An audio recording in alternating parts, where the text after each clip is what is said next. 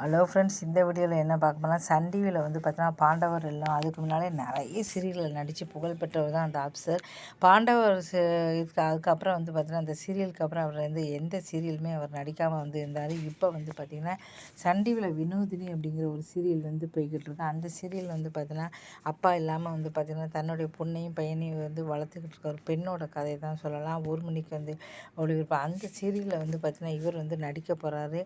இப்போ வந்து ரொம்ப நாளைக்கு அப்புறம் பாண்டவர்கள் இதுக்கப்புறம் இவர் நடிக்கவே இல்லை. ரொம்ப நாளைக்கு அப்புறம் வந்து இவர் நடிக்கிறாரு. இவருக்குன்னு ஏராளமான ரசிகர் இருக்காங்க. சன் டிவியில் ரொம்ப வருஷமாக வந்து பார்த்தீங்கன்னா 10 வருஷத்துக்கு மேலாகவே நிறைய சீரியல்களில் வந்து இவர் நடிச்சிருக்காரு. இப்போ வந்து பார்த்தீங்கன்னா எல்லாருமே எதிர்பார்த்துட்டு இருக்காங்க, எப்போ இவர் வந்து நடிக்க வருவா எதிர்பார்த்துட்ருக்காங்க. ஏன்னா அந்த ரசிகர்கள் வந்து பார்த்தீங்கன்னா நிறைய சீரியல்களுக்குன்னு வந்து பார்த்தீங்கன்னா சன் டிவியில் ரொம்ப ஃபேமஸான சீரியலுக்குலாம் ஏராளமான ரசிகர்கள் வந்து இருக்காங்க.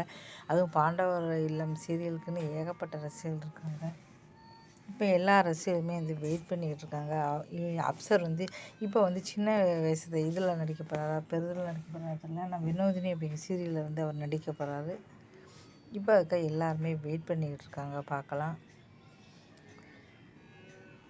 இது மட்டும் இல்லாமல் இன்னும் 2 செய்தியும் வந்து சேர்த்து வந்து நான் இந்த வீடியோவில் வந்து போட்டிருக்கேன்.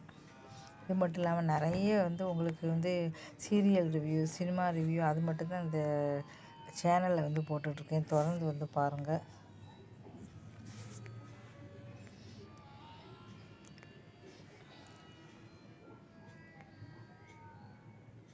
இதுக்கு அடுத்து என்ன அப்படின்னா வந்து பார்த்தா பிக் பாஸ் மூலமாக வந்து ஃபேமஸான ஜூலி பற்றி தான் பார்க்க போகிறோம். அவங்களுக்கு வந்து இப்போ நிச்சயதார்த்தம் வந்து நடத்த முடிஞ்சிருக்கு.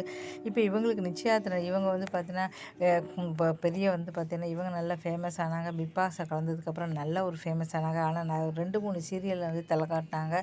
2, 3 நிகழ்ச்சிகள் தான் வந்தது. இதுக்கப்புறம் எந்த ஒரு பெரிய வாய்ப்புகள் வரும் வெயிட் பண்ணிக்கிட்டு இருந்தாங்க. ஆனால் எந்த ஒரு பெரிய வாய்ப்புகள் வந்து இவங்க வந்து வரல. சினிமாவாக இருந்தாலும் சரி, சீரியல் இருந்தாலும் சரி வரவே இல்லை. சின்ன சின்ன சீரியலில் வந்து நடித்தாங்க. அதே சமயம் சின்ன சின்ன நிகழ்ச்சியில் தான் வந்து நடித்தாங்க. சினிமா வாய்ப்புகள் எதுவும் வந்து தேடி வந்து வரல. அதுக்கெலாம் அதிர்ஷ்டம் வந்து எல்லாருக்குமே வந்து பார்த்தீங்கன்னா எல்லாம் வந்து நிறைய இருந்தால் தான் வந்து வரும் அப்படின்னு சொல்லுவாங்க. ஆனால் இவருக்கு வந்து எந்த பெரிதாக வாய்ப்புகள் எதுவுமே வந்து வரல.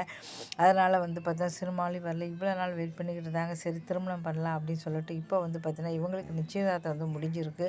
இதில் வந்து இவங்களோட நெருங்கிய உறவுக்காரங்க ஃப்ரெண்ட்ஸ்கள் மட்டும்தான் வந்து கலந்துக்கிட்டு இருந்திருக்காங்க. அதை பற்றி எதுவும் டீட்டெயில் வந்து இவருடைய காதலர்கள் கூட நடந்திருக்கு தெரிஞ்சு. ஆனால் காதலர் புகைப்படத்தெல்லாம் அவர் வந்து போடலை.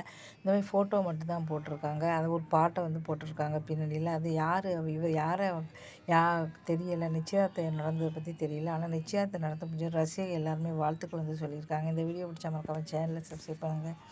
நிறைய வீடியோக்கள் வந்து போட்டிருக்கேன், பார்த்து ஆதரவு கொடுங்க. நன்றி, வணக்கம்.